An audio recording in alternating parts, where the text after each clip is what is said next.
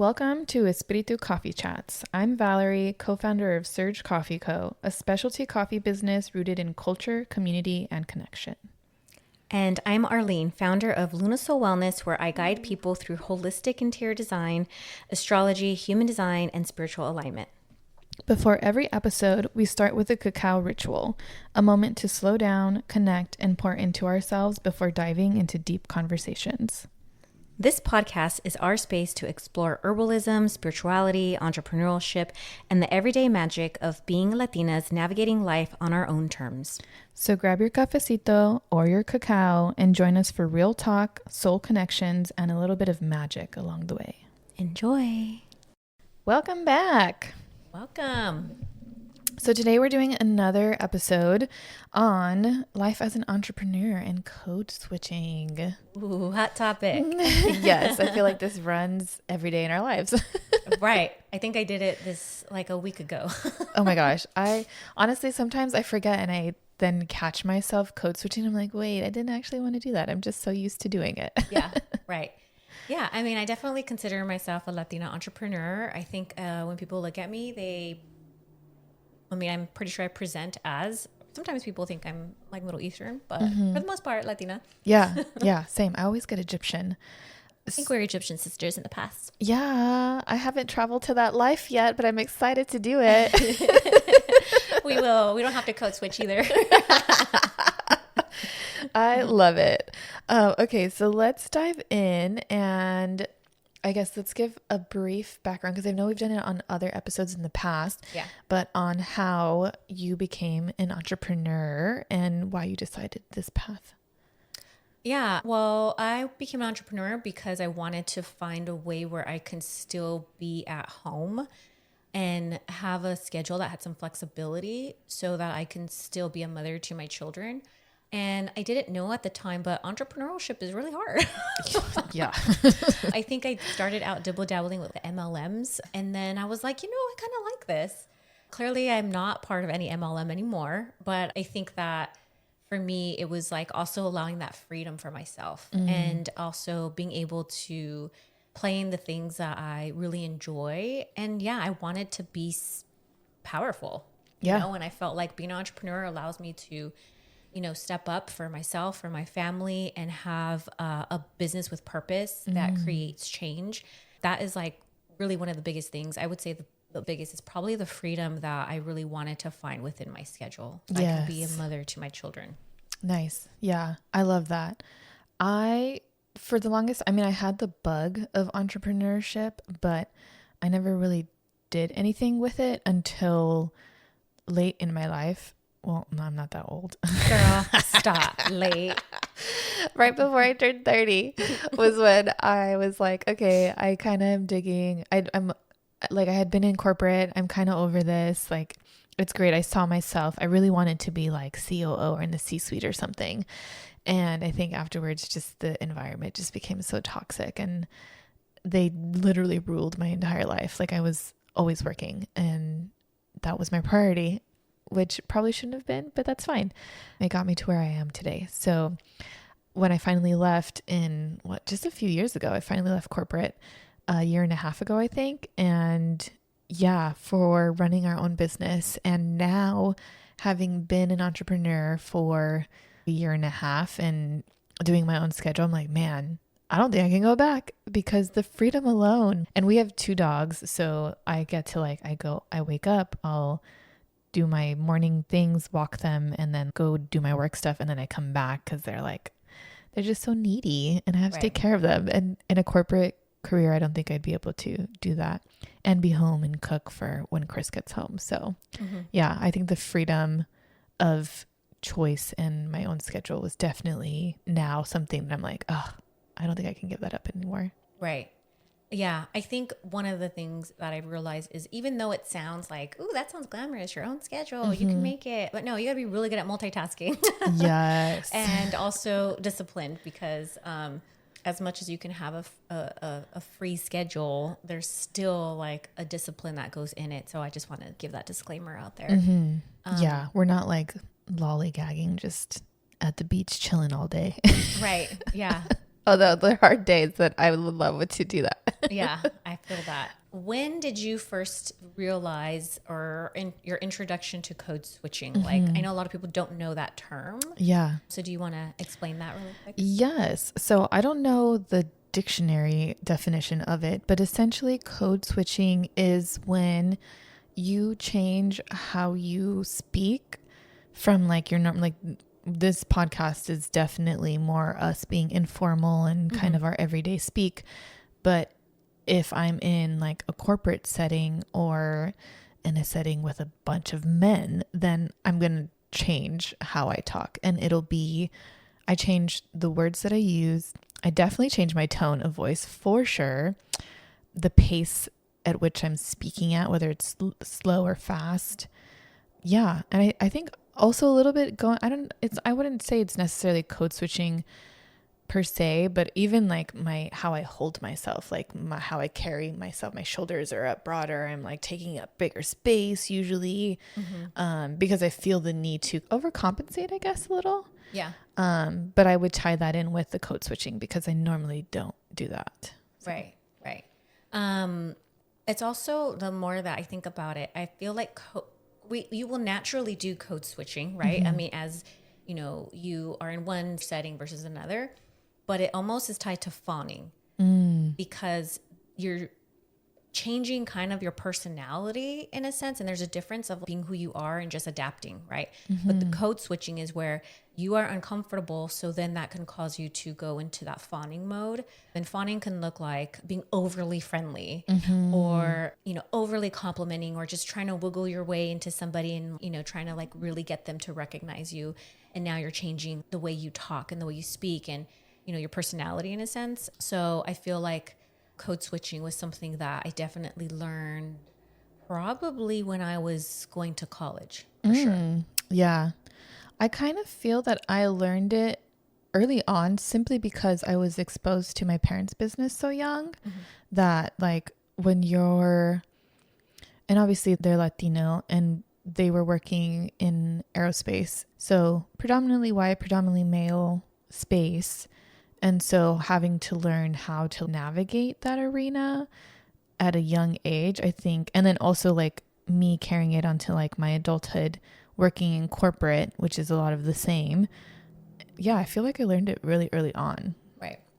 Yeah, I guess I have two, but I think where I felt like I was really feeling it was when I went to college and I went to FITM, which is it's a private school for design. And a lot of it was all mostly women, but they were mostly like white women and they came from, you know, all parts of the United States. They were also younger than me because I started there, you know, I mean, I started college when I was like 21. I was starting to go to community college. When I went to FITM, I think I was maybe 25 or 26. So I was older than everybody. Yeah. Even though I didn't like it at the time. And then I also had my son, single mom, you know, brown, and then also paying for my own way to go there. Yeah. And also coming in from the Inland Empire into LA, you know, there was a little bit more grit behind me in a sense. But I remember just being like, whoa, ooh, who are these? They talk different. Yeah. They were like, they look at you like, what are you doing here? And, you know, there was just a level of, I was just uncomfortable. Even with the teachers, I felt like I had to work harder. So then I would try to be friendlier to the teachers and, you know, just really try to be recognized. And so I felt like that was one of the spaces where, you know, I was feeling very uncomfortable with allowing me just to be me. And I'm like, oh, maybe I should change my clothes. Like maybe I should do my hair differently just so I can adapt and fit in. And then I think that's where I started to feel like really uncomfortable. But then I'd go right back to, you know, the Inland Empire and be like, put on my regular clothes back on and be like, what's up?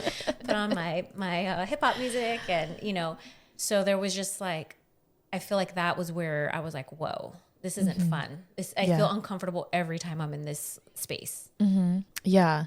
It's almost like this, not an alter ego, but it's like this persona that we put on, this face, so that when we entered these other spaces that we don't feel comfortable in, or that are not necessarily built for us either, then will be accepted a little bit more. Or in our minds, we're thinking this is what they want to see. And so this will help me be accepted and kind of make it easier for me to go through this experiment. And yeah, I think I experienced it the most. College wasn't too much for me because I was in a sorority, a Latina sorority. So I kind of had that group where I could be myself. And our classes were so large that it really didn't matter. The teachers didn't know all 400 of us. So when I got to corporate, I think that's probably where I had the most code switching, because I was not only trying to fit into the world that I had been employed, but I was also helping clients. And I was working with like Fortune 500 companies like Amazon, NFL, Yahoo, those people. And obviously they're very professional, corporate, large businesses. So you want to present a certain way. So I think that was my experience, was like, okay, I need to fit in, and like people need to take me seriously because I'm presenting research and data, and they need to believe into the story. And so that's kind of where I think I really fine-tuned my code switching. But I think even now, like being in as a business owner, I'm like, oh, I go in and out of it all the time now. Yeah, right. Yeah, I 100% feel that, especially when I was in the real estate realm. You know, you have to code switch all the time with your client, and then with, depending on, you know, whatever the client that you're attracting and whatever even city that you live in. And then also, you know, it's a male dominant, what is that called? Industry. There you go. You know, you're dealing with loan officers on one call. You're dealing with the client, you know, the decision maker, which usually is a male. And then you're dealing with your broker, and then also your colleagues. And most of them are all male. Yeah. And, you know, that was where I was like, oh God, now I have to put on this like masculine Arlene, especially when I'm dealing with other agents. And I have to like really come forward with this masculine negotiating energy. Yeah. And it was where I was like, I don't like this. Yeah. You know? Like, this is not fun. Or even when I walk into these super professional spaces, like now, you know, real estate agents love our networking. But, you know, again, I'd be like, you know, the only woman sometimes, or a few women would be in there, but then they wouldn't even be women of color. So then I try to find like, where are my women of color people? And then try to get in and talk with, you know, and then even then you're still trying, you know, so you're just like constantly like booming in that professional, you know, as far as for me in that real estate aspect. And then, and even now when just with me just doing my own personal spiritual business, I remember when I was living in Temecula and I would network out there was a different version of Arlene versus the Arlene that's going to go out network in LA versus the person who's going to go network in Orange County versus the one who's going to come to San Diego. And at some point I was like, I am just so tired of this. Yes. Like, I got to put on this hat, take off that hat. I'll put on this hat, but on like almost personalities, you know? And that's where I just got really, this is exhausting. I don't need to be doing this anymore. Like, I am who I am, and you can get over it. You don't have to do business with me if you don't want to. Yes. I think it's hard also as a business owner to be like, I'm just not going to care, and I'm just going to be me in all variations, because like at the end of the day, it does kind of affect our wallet. If the client, if somebody comes in and they don't happen, and this happens at the coffee shop, y'all, like people will come in, I'll tell them a story about us and why we started in coffee, what we like to do that's different. And we're a dairy-free business. And the moment that I say that we're a dairy-free business, I've had a handful of people be like, okay, I'm leaving. And I'm like, oh, it hurts so much. But I'm like, well, this is what it is. This is how we stay true to our authentic selves, because we're dairy-free because most of the people we serve are people of color who are naturally lactose intolerant. So I'm like, that's just how it is. And I don't want to take that back. So yeah, I think it's not necessarily code switching, but I'm like, man, if I had just sold it a different way, maybe I would have kept that client. But at the end of the day, it's then is it really me? Is it really my business if I'm out here trying to fit into what they want? Right. Yeah. I think also code switching, I think it's like kind of for us probably twofold, because we're Latina and because we're women. Like it just takes a different toll. This guy walked in one time and he was like marketing his services, something. And I'm working at the coffee shop. I'm the barista. And he walks in I'm making a drink for someone, and he's, hey, does the owner ever stop by this place? And I was like, Oh my gosh. Yes. And I looked at him and I was like, yes, she does. It happens to be me. Right. Yeah. Oh my gosh. Oh my God. And I had another customer there who happened to be the neighbor, the business next door. And it just made me laugh. And he was like, oh, and he literally just handed me his flyers and walked out. I'm like, what do you do at this point? Excuse me, sir. I know that you probably have no intention of thinking that I couldn't be a business owner, but I just happen to be. Like, right.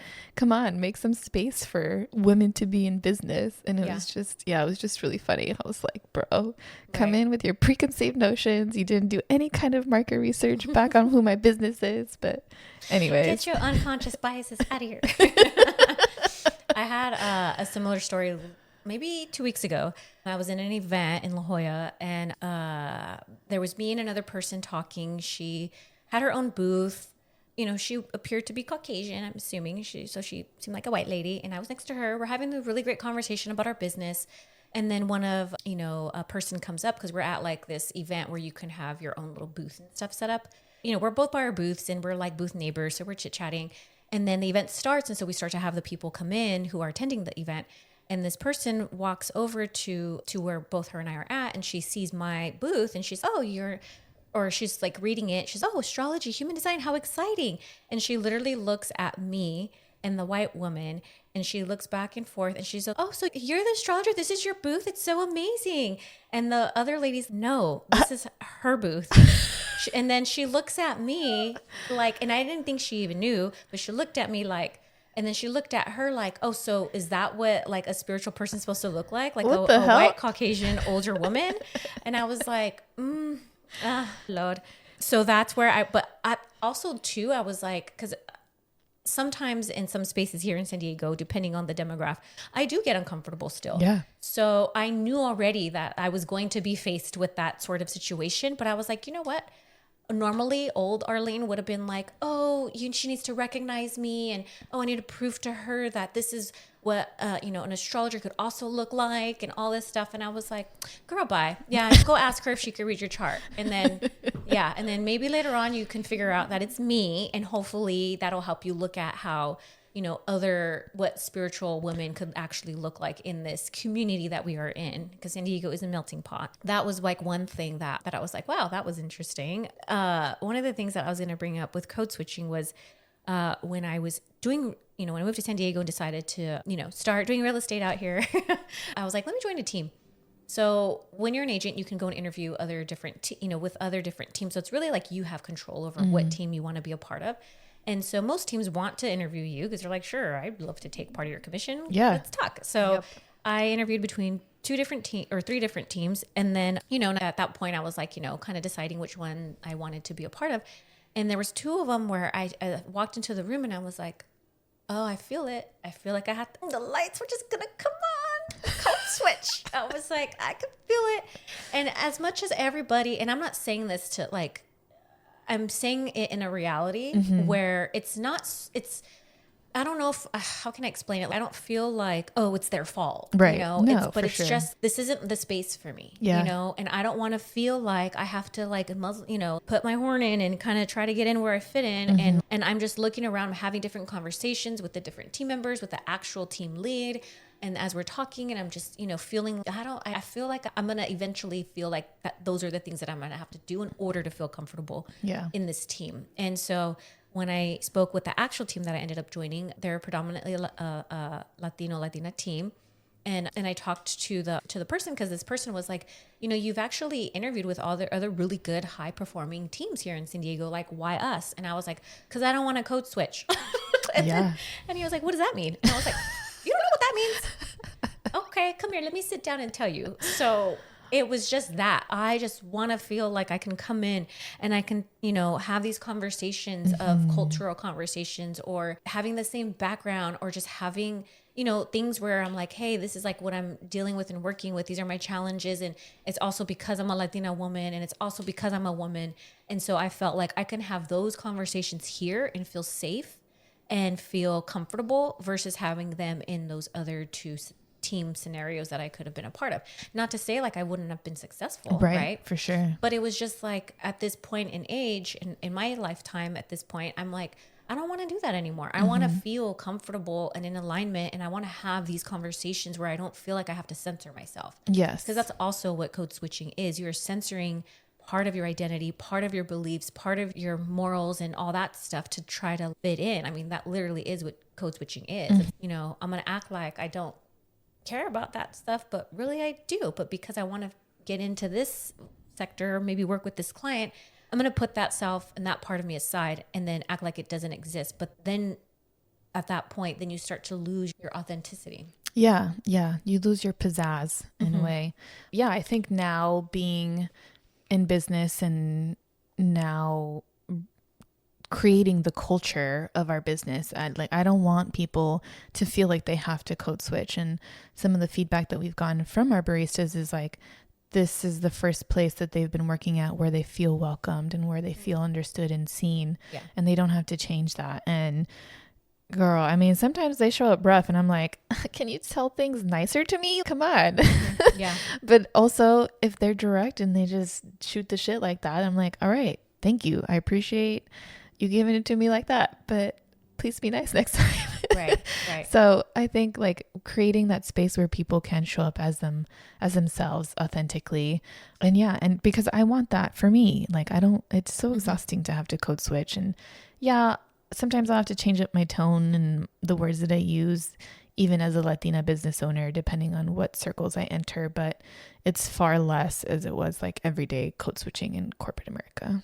Right. Yeah, that is one of the things about owning your own business is you can go to these various networking events and feel like, you know, you can have these networks and these communities that you're a part of and you feel like you can be authentically who you are without having to put the switch on. So I feel like that's something important. And also diversity and inclusion. I feel like, you know, the more we have that in our realms, in work life, in networking life, in different business professionals, then the less likely the code switching is going to happen because it's going to be a melting pot. Yeah. And you're going to be able to feel like, oh, you know, I can connect with this person on A, B, C, and D, and I don't have to switch certain aspects that are really my core identity or values or whatever.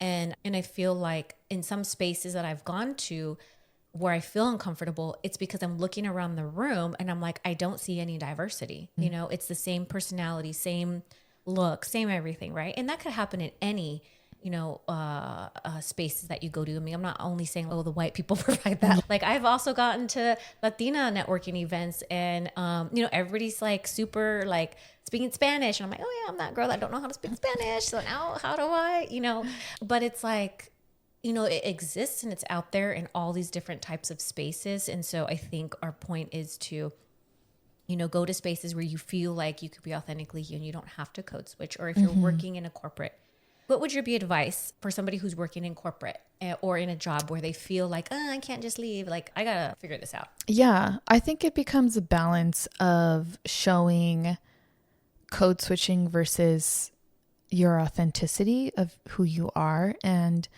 I think I was starting to get there towards the end of my corporate career before I left, where obviously I knew I had to be like customer facing, helping people, and had a certain type of presentation about me.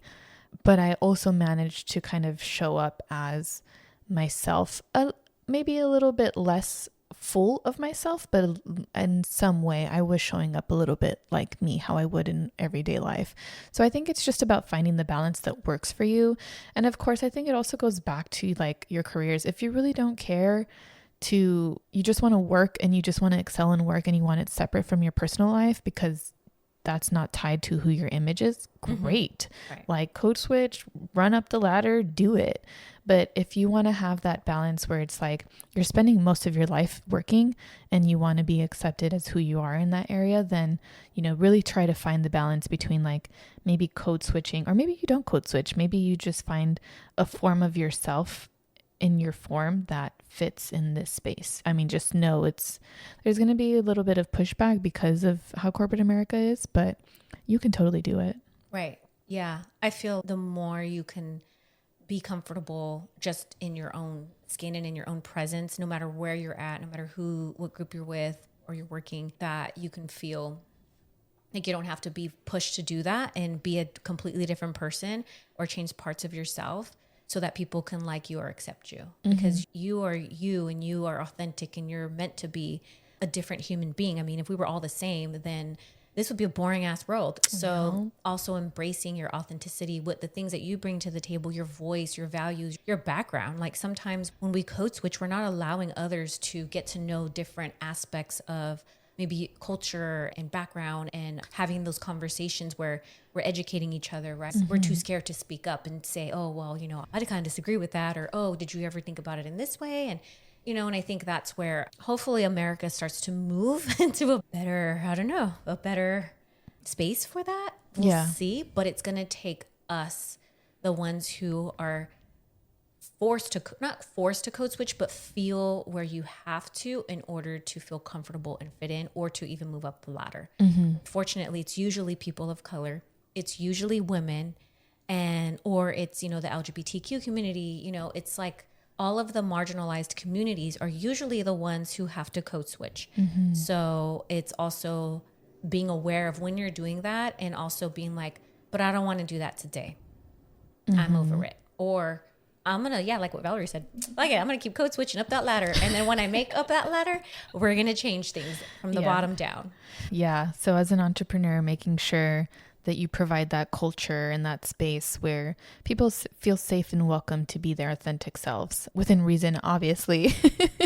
But yeah, making sure that people don't have to code switch around you if they don't have to. Right. Yeah. So I hope that this conversation maybe helped you, you know, just kind of understand maybe what code switching is if you've never heard of it. If there's anything that you want to contribute to this conversation, please feel free to, you know, reach out, let us know. And yeah, I think we can dive deeper into some of these harder topics, because these aren't topics that are fun for us to talk about sometimes or easy. We are sharing parts of ourselves, but at the same time, we know like we're not the only ones feeling this. Yeah. I think quickly, just one thing that I'm thinking about right now is there was this video clip. I can't remember where I saw it. I think it was like a news show, like a Bill Maher type of thing. And one of the guests was saying, if you look for sexism, you will find it. If you look for racism, you will find it. And so similar to this code switching thing, like if you look for spaces and experiences where you need to do this, you will find it. But I think for us, especially being like Latina and being women and like a lot of other underserved communities, like you'll always find these things, but it doesn't mean that it will stop you from progressing. Yes. So like we are talking about these things, but also don't use it as a crutch. Let's not play victim. Like we can use these things to our advantage and we can still excel. Or if you don't want to code switch, fuck it. We can still be our authentic selves and still succeed. Yeah. 100%. Yeah. So we'll catch you guys on the next time. Yes. Thanks for tuning in. Bye. Bye. Thank you for joining us on this episode of Espiritu Coffee Chats. We hope you enjoyed our conversation and found a little inspiration to take with you. If you loved what you heard, don't forget to subscribe, rate, and leave a review on your favorite podcast platform. And stay connected with us on social media for updates, behind-the-scenes content, and more. Until next time, keep the spirit alive and the coffee brewing. Cheers! Ow, ow, ow.